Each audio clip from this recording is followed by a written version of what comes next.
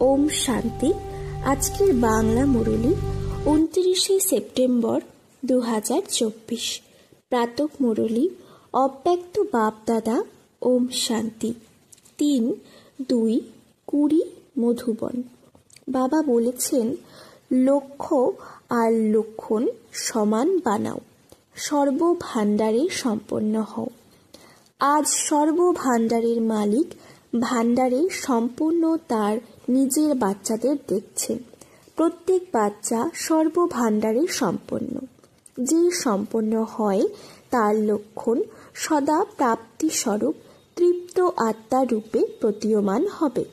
নজরে আসবে তারা সদা খুশি, কেননা পরিপূর্ণ তারা। সুতরাং প্রত্যেকে নিজেকে জিজ্ঞাসা করো, আমার কাছে কত ভাণ্ডার জমা আছে। এই অবিনাশী ভাণ্ডার এখনো প্রাপ্ত হয়েছে আর ভবিষ্যতেও অনেক জন্ম সাথে থাকবে। এই ভাণ্ডার শেষ হওয়ার নয়। সবচেয়ে প্রথম ভাণ্ডার হলো জ্ঞানের ভাণ্ডার। যে জ্ঞানের ভাণ্ডারে এই সময়েও তোমরা সবাই মুক্তি আর জীবন মুক্তির অনুভব করছো। জীবনে থেকে, পুরানো দুনিয়ায় থেকে, তমগুণী বায়ুমণ্ডলে থেকে, জ্ঞানের ভাণ্ডারের আধারে এই সব বায়ুমণ্ডল ভাইব্রেশন থেকে বিচ্ছিন্ন ও মুক্ত হও। কমল পুষ্প সমান স্বতন্ত্র ও মুক্ত আত্মারা দুঃখ থেকে, চিন্তা থেকে, অশান্তি থেকে মুক্ত হও। জীবনে থেকে খারাপের বন্ধন থেকে মুক্ত হও। ব্যর্থ সংকল্পের তুফান থেকে মুক্ত হও। মুক্ত তোমরা? সবাই হাত নাড়ছে। সুতরাং মুক্তি আর জীবন মুক্তি এই জ্ঞানের ভাণ্ডারের ফল। এটা প্রাপ্তি। হয়তো ব্যর্থ সংকল্প আসার চেষ্টা করে, নেগেটিভও আসে, কিন্তু জ্ঞান অর্থাৎ বোধ আছে যে ব্যর্থ সংকল্প বা নেগেটিভের কাজ হলো আশা, এবং তোমরা সব জ্ঞানিত আত্মার কাজ হলো এর থেকে মুক্ত, স্বতন্ত্র এবং বাবার প্রিয় থাকা। সুতরাং চেক করো, জ্ঞানের ভাণ্ডার প্রাপ্ত হয়েছে, পরিপূর্ণ হয়েছে, সম্পূর্ণ হয়েছে নাকি কম আছে। যদি কম থাকে তবে তা জমা করো, খালি থেকো না। যোগের ভাণ্ডার যার দ্বারা এইভাবেই সর্বশক্তির প্রাপ্ত হয়, তো নিজেকে দেখো, যোগের ভাণ্ডার দ্বারা সর্বশক্তি জমা হয়েছে। একটা শক্তিও যদি কম হয় তবে প্রয়োজনের সময় তোমাকে প্রতারণা করবে। তোমাদের সকলের টাইটেল মাস্টার সর্বশক্তিমান। শক্তিমান নয়, সর্বশক্তিমান। তো সর্বশক্তির ভাণ্ডার যোগবল দ্বারা জমা হয়েছে পরিপূর্ণ প্রাপ্তি স্বরূপ তোমরা, নাকি খামতি আছে? কেন? এখন তোমাদের খামতি পরিপূর্ণ করে নিতে পারো। এখনো তোমাদের চান্স আছে। পরে নিজেকে সম্পূর্ণ করার সময় সমাপ্ত হয়ে যাবে, তো খামতি থেকেই যাবে। চেক করো, প্রতিটা শক্তি তোমাদের সামনে নিয়ে এসো আর সারাদিনের দিনচর্চায় চেক করো। যদি পার্সেন্টেজও কম থাকে তবে ফুল পাস বলা হবে না, কেননা বাচ্চারা তোমাদের যে কোনো কাউকে কখনো জিজ্ঞাসা করা হয়, তোমাদের সবার লক্ষ্য কি, ফুল পাস হওয়া নাকি হাফ পাস? তখন তোমরা সবাই বলে থাকো, আমি তো সূর্যবংশী হব, চন্দ্রবংশী হব না। চন্দ্রবংশী হবে তোমরা? বাপ দাদা খুব ভালো রাজ সিংহাসন দেবেন, হবে চন্দ্রবংশী। ইন্ডিয়ার যারা সূর্যবংশী হবে, ফরেনের যারা চন্দ্রবংশী হবে, হবে না? সূর্যবংশী হবে? অবশ্যই সেটা তোমাদের হতে হবে। এটা তো বাপ দাদা চিট চ্যাট করছেন। যখন দৃঢ় নিশ্চয় আছে সূর্যবংশী হতেই হবে এবং বাবার কাছে আর নিজের কাছে প্রতিজ্ঞা করেছ, তো এখন থেকে কোনো শক্তির পার্সেন্টেজ যেন কম না হয়। যদি বলবে সার্কামটেন্স অনুসারে, সমূহ সমস্যা অনুসারে পার্সেন্টেজ কম থেকে গেছে, তো 14 কলা হয়ে যাবে। সেই জন্য আজকাল বাপদাদা চতুর্দিকের সব বাচ্চার পোতামেল রেজিস্টার চেক করছেন। বাপদাদার কাছেও প্রত্যেকের রেজিস্টার আছে, কেননা সময় অনুসারে আগেই বাপদাদা বাচ্চাদের শোনাচ্ছেন যে সময়ের গতি অনুসারে এখন কবে বলো না, এই ক্ষণে, কখনো হয়ে যাবে, পরে করে নেব, এ তো হবেই না, এটা ভেবো না, এই রকম নয়, এটা তো হবেই, বরং এখনই এটা তোমাদের করতেই হবে। সময়ের গতি তীব্র হচ্ছে, সেই জন্য তোমরা যে লক্ষ্য রেখেছ বাবা সমান হওয়ার, ফুল পাস হওয়ার, 16 কলা সম্পন্ন হওয়ার, তো বাপদাদাও এটাই চান যে লক্ষ্য আর লক্ষণ সমান হোক। যখন লক্ষ্য আর লক্ষণ সমান হবে তখনই সহজে বাবা সমান হয়ে যাবে। সুতরাং চেক করো, হয়ে যাবে, আমি হয়েই যাব। এটা অসতর্কতা। যা করতে হবে, যা হতে হবে, যে লক্ষ্য রয়েছে তা এখন থেকেই করতে হবে, হতে হবে। কখনো শব্দ প্রয়োগ করো না, এক্ষুনি। তো জ্ঞানের ভাণ্ডার, যোগের ভাণ্ডার, আরও ধারণার ভাণ্ডার আছে, যার দ্বারা বা ধারণার দ্বারা গুণের ভাণ্ডার জমা হয়ে যায়। গুণের মধ্যেও যেমন সর্বশক্তি আছে, সেই রকমই সর্বগুণ রয়েছে। শুধু গুণ নয়, সর্বগুণ রয়েছে। তো সর্বগুণ আছে তোমাদের, নাকি ভাবছো 2-1টা গুণ কম আছে? তো কি হয়েছে? তাতে সবকিছু ঠিক চলবে না। সুতরাং তোমাদের সর্বগুণের ভাণ্ডার জমা হয়েছে। কোন গুণের অভাব আছে তা চেক করে পরিপূর্ণ হও। চতুর্থ বিষয় হল সেবা। সেবার দ্বারা সবার অনুভব আছে। যখনই মনসা সেবা কিংবা বাণীর দ্বারা বা কর্মের দ্বারাও তোমরা সেবা করো, তখন তার প্রাপ্তি হিসেবে আত্মিক খুশি মেলে।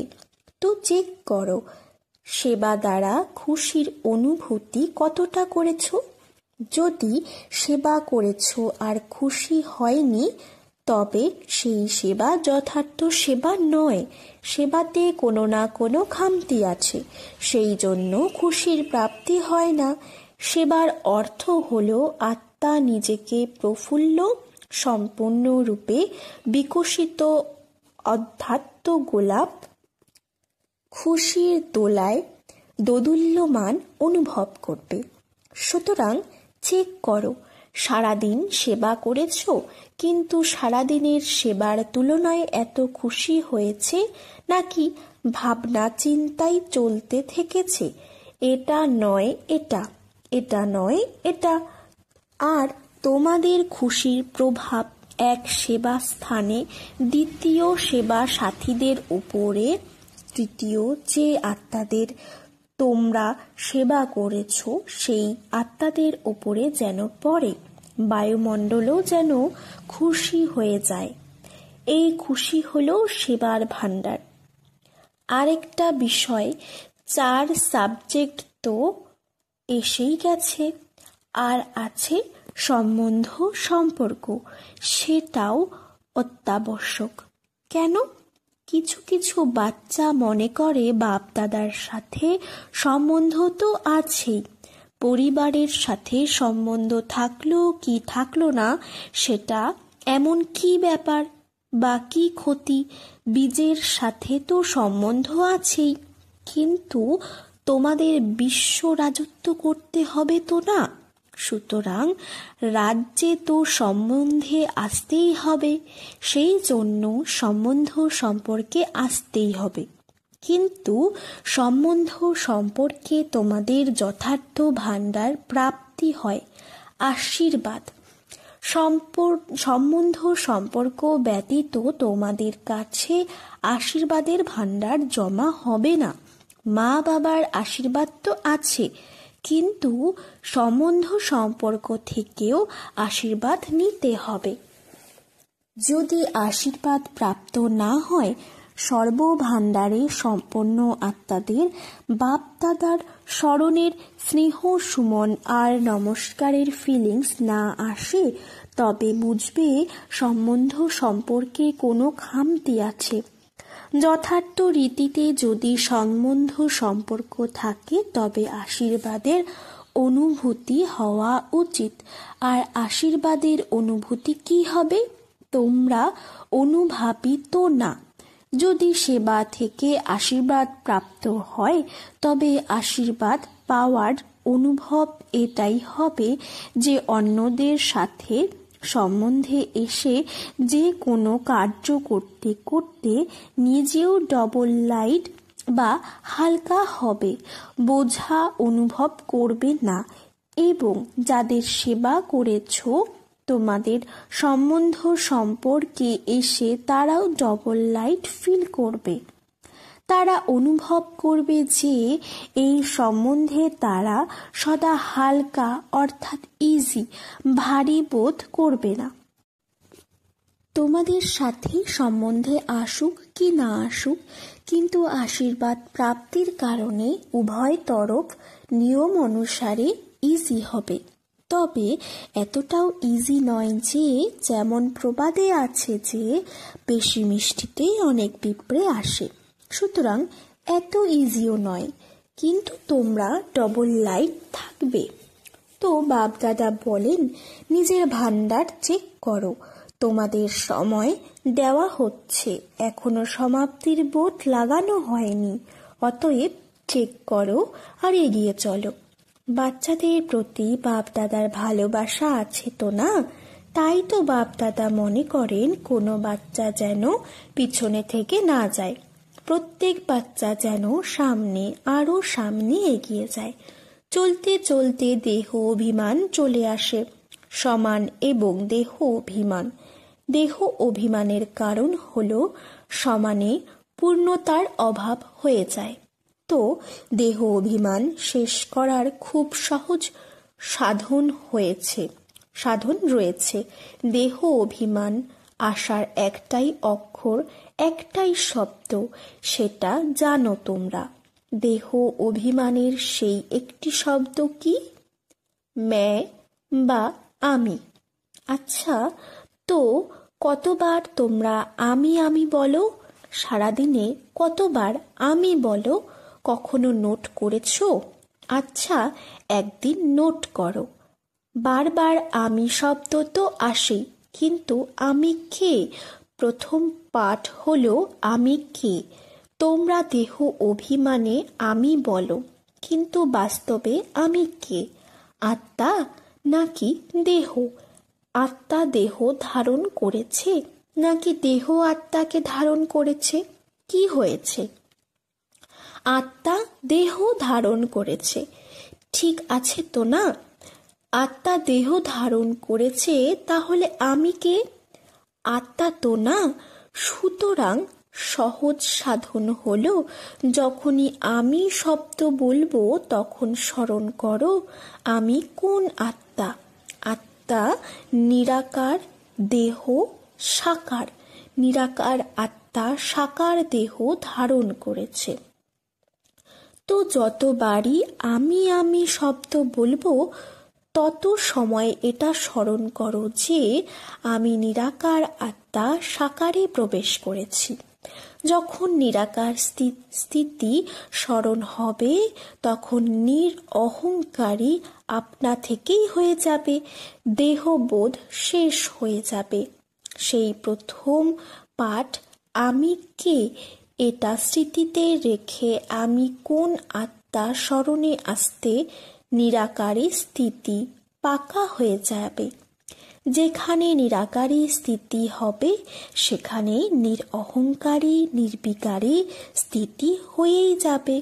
তো কাল থেকে নোট করবে, যখন আমি শব্দ বলবো তখন কি স্মরণে আসে, আর যতবার আমি শব্দ ইউজ করবে ততবার নিরাকারী নিরঅহংকারী নির্বিকারী আপনা থেকেই হয়ে যাবে। আচ্ছা, আজ ইউথ গ্রুপ এসেছে। ইউথ অনেক, বাপদাদা ইউথ গ্রুপকে বরদান দেন, সদা খুশিতে পরিপূর্ণ থাকো, একটা ভাণ্ডারও বরবাদ করো না, প্রসন্ন থাকো, প্রসন্ন করো। লৌকিক গুরুরা আশীর্বাদ দেয় আয়ুষ্মান ভব, আর বাপদাদা বলেন শরীরের আয়ু তো যত আছে ততটা থাকবে, সেই জন্য শরীরের আয়ু হিসেবে তিনি আয়ুষ্মান ভব বরদান দেন না, বরং এই ব্রাহ্মণ জীবনে সদা আয়ুষ্মান ভব। কেন? যে ব্রাহ্মণ সেই দেবতা হবে, সুতরাং আয়ুষ্মান হবে তো না। ইউথের একটি বিশেষত্ব থাকে। ইউথ, তোমরা নিজেদের বিশেষত্বকে জানো? কি বিশেষত্ব থাকে জানো? কি বিশেষত্ব রয়েছে তোমাদের মধ্যে? যা চাই তাই করতে পারি। আচ্ছা, করতে পারো তোমরা? এটা ভালো ব্যাপার। দুনিয়ার হিসেবে বলা হয় ইউথ খুব জেদি হয়, যা ভাবে তা করে দেখাবে। তারা উল্টো বলে। ব্রাহ্মণ ইউথ এখানে জেদি নয়, বরং নিজের প্রতিজ্ঞায় অবিচল থাকে। তারা তাদের প্রতিজ্ঞা থেকে সরে যায় না। ইউথ এই রকম কি তোমরা? হাত তোলো তো অনেক সহজ, হাত তোলা তো অনেক সহজ। বাপ দাদা খুশি, কারণ তোমাদের অন্তত হাত উঁচু করার সাহস রয়েছে। কিন্তু প্রতিদিন অমৃতবেলায় বাবার কাছে প্রতিজ্ঞা করেছে যে আমরা এই ব্রাহ্মণ জীবনের প্রাপ্তি দ্বারা, সেবা দ্বারা, সংকল্প থেকে কখনো সরে যাব না। এই সাহস প্রতিজ্ঞা রোজ পুনরাবৃত্তি করো এবং বারবার চেক করো যে সাহস বজায় রেখেছ, সংকল্প করেছ, সেটা প্র্যাকটিক্যালি হচ্ছে কিনা। গভর্নমেন্ট তো বলে শুধু 2-4 লাখ ইউথও যদি শক্তিশালী হয়ে যায় তবুও সেটা ঠিক আছে। ঠিক আছে, তোমরা কে? ব্রাহ্মণ তোমরা, তাই না? বাপ দাদা বলেন প্রত্যেক ব্রাহ্মণ ইউথ 1 লাখের সমান। এত মজবুত তোমরা। দেখো, এরকম নয় যে গৃহে ফিরে গিয়ে তারপর লিখবে বাবা মায়া এসে গেছে, সংস্কার এসে গেছে, সমস্যা এসে গেছে। সমস্যার সমাধান স্বরূপ হও। সমস্যা তো আসবে, কিন্তু নিজেকে জিজ্ঞাসা করো আমি কে? সমাধান স্বরূপ নাকি সমস্যার কাছে হার মেনে নেওয়া রত্ন? তোমরা বিজয়ী রত্ন। ব্রাহ্মণ জন্ম হওয়ার সাথে সাথেই বাপদাদা প্রত্যেক ব্রাহ্মণের মস্তকে বিজয়ের অমর তিলক লাগিয়ে দিয়েছেন। সুতরাং অমর ভবর বরদানী তোমরা। এখন নিজের কাছে প্রতিজ্ঞা করো। যদি এখানে তোমাদের প্রতিজ্ঞা করতে বলা হয় তো তোমরা সবাই করে নেবে, কিন্তু নিজের মনে নিজের কাছে প্রতিজ্ঞা করো, আমি কখনো সংস্কারের বশ হব না। যা বাবার সংস্কার তা আমি ব্রাহ্মণ আত্মার সংস্কার। যা দ্বাপর কলিযুগের সংস্কার তা আমার সংস্কার নয়, কারণ সেগুলো বাবার সংস্কার নয়। ওই তমগুণী সংস্কার ব্রাহ্মণের সংস্কার না তো? তাহলে তোমরা কে? ব্রাহ্মণ, তাই না? বাপ দাদারও ইউথ গ্রুপের জন্য গর্ব হয়। দেখো, দাদিদেরও ইউথের জন্য গর্ব হয়। ইউথদের প্রতি দাদির ভালোবাসা আছে তো না? এক্সট্রা ভালোবাসা আছে। কুমার হলো সুকুমার, কুমার নয় সুকুমার। এক এক কুমার বিশ্বের কুমারদের পরিবর্তন করে দেখাতে সক্ষম। আচ্ছা, কুমারদের কাজ দেওয়া যায়? সাহস আছে তোমাদের? করতে হবে। কুমারীরা করবে তো? বাবা তোমাদের কাজ দিচ্ছেন, মনোযোগের সঙ্গে শোনো। সুতরাং পরবর্তী যে সিজন হবে সেই পরবর্তী সিজনে কুমারদের জন্য আমরা এই রকমই স্পেশাল প্রোগ্রাম রাখব। কিন্তু একটা কিন্তু আছে, বাবা বেশি কাজ দেন না। এক এক কুমার, প্রত্যেক 10 কুমারের ছোট ছোট হাতের বালা তৈরি করে এনো। বালা হাতে পড়ে, তাই না? ব্রহ্মা বাবাকে তোমরা সদা সর্বদা ফুলের বালা পরিয়ে থাকো। তো এক এক কুমার অপরিপক্ক নিয়ে এসো না, পরিপক্ক এনো। মধুবনে তো আসবে, তারপর গৃহে ফিরে বদলে যাবে না? এমন পরিপক্ক বানিয়ে আনবে যে বাপ দাদা দেখে বলেন, বাহ কুমার বাহ।